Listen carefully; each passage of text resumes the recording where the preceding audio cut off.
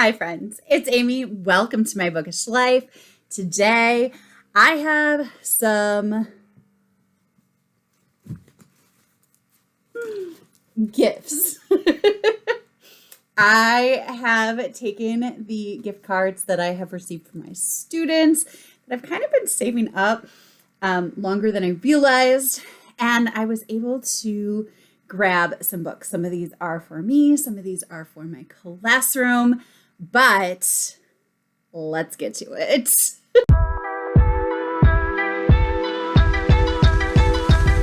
the first one is The Boardwalk Bookshop by Susan Mallery. I'm a sucker, for anything that has bookshop in the title. Susan Mallery is an author that I have enjoyed in the past. She is a romance, usually kind of literary. Oh, look at it, so pretty. Literary.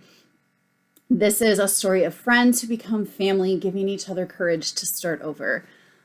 We have a found family, a bookshop. It's perfect. Perfect.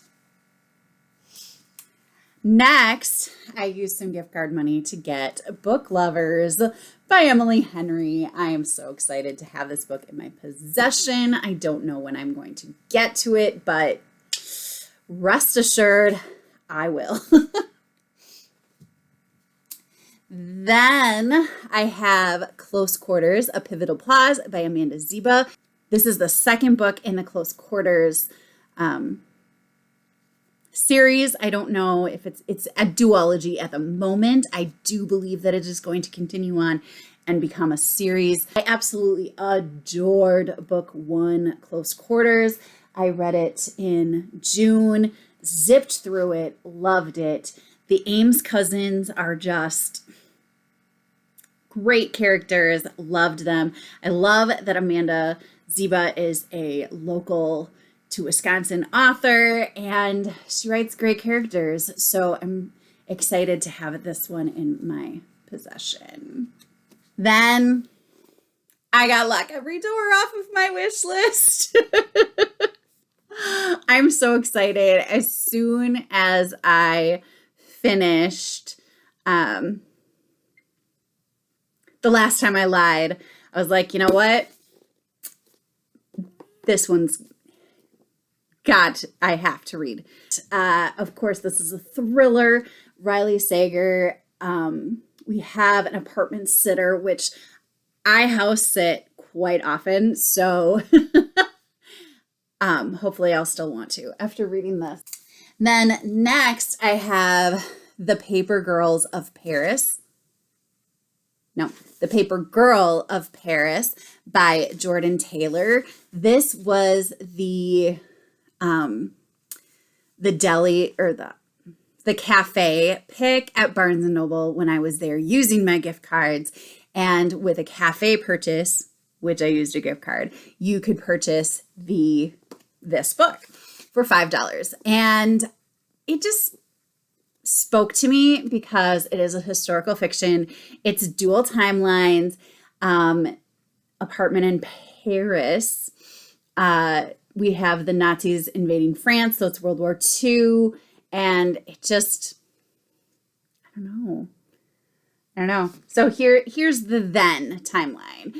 Ever since the Nazi invaded France, Adeline has been determined to do something. When she meets Luke, the dashing and enigmatic leader of a resistance group, Adeline feels she finally has a chance to fight back, even if it means risking her safety, her reputation, and her relationships with the people she loves the most. And then Alice is a 16-year-old in the present time, and she's dealing with stuff. And then their stories intertwine. It just sounds really good. And I had never heard of it before, but for $5 with a gift card, it was published in 2020. I was all for it. Then I put in an order on Barnes & Noble, and I picked up Howl's Moving Castle. This has been on my list to read for a while. I really want to try it. I've heard mostly good things. I know at least one booktuber that I follow has DNF'd it.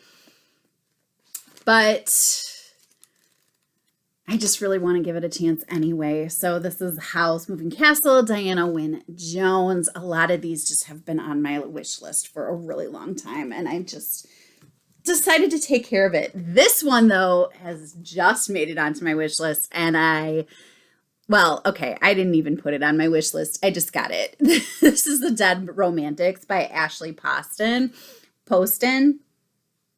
Ashley Posten. This one, I watched Keisha from A Book Like You.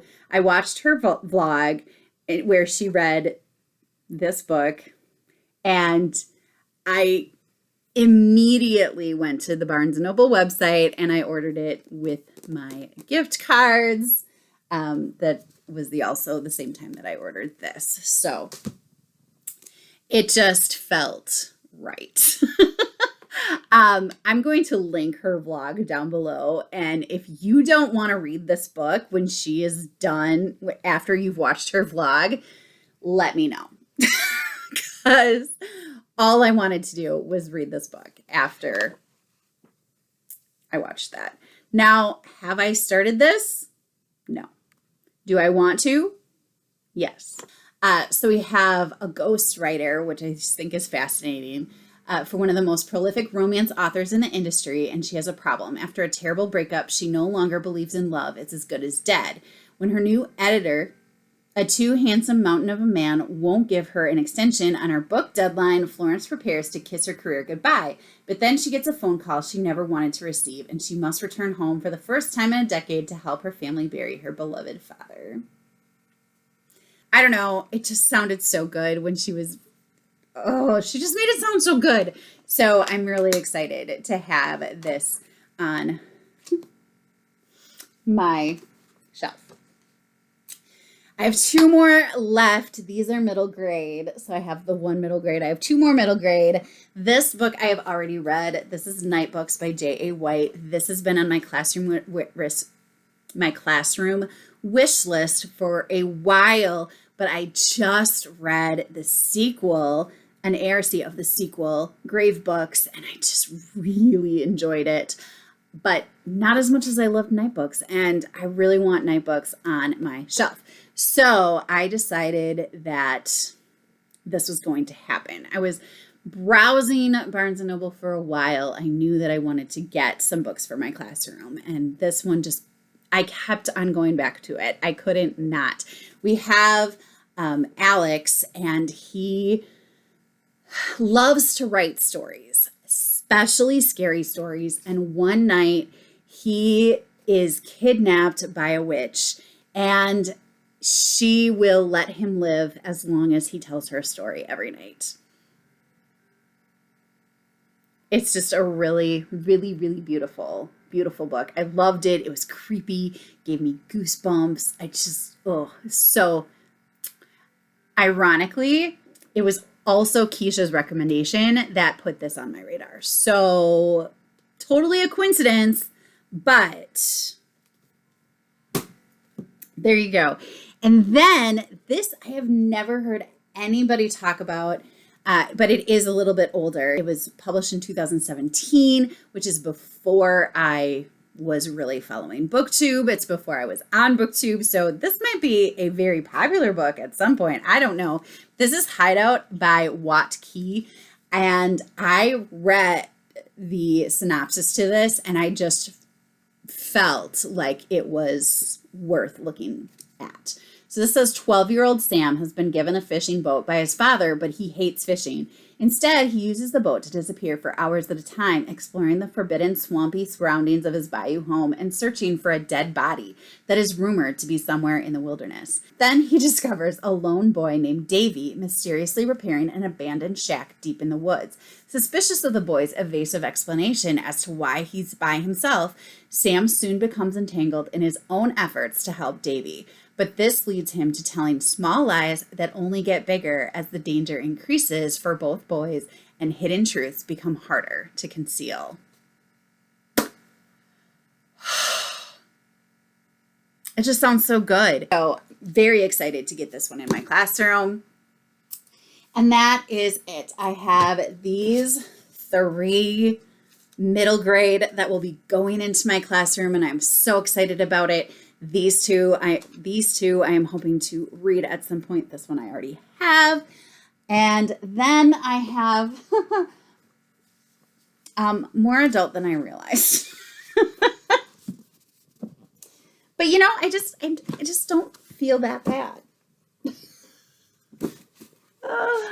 And then I have these beautiful, beautiful books to add to my shelves. I'm so excited. Have you read any of these books? Have you heard of any of these books? I would love to hear what you think down in the comments. I love chatting with all of you.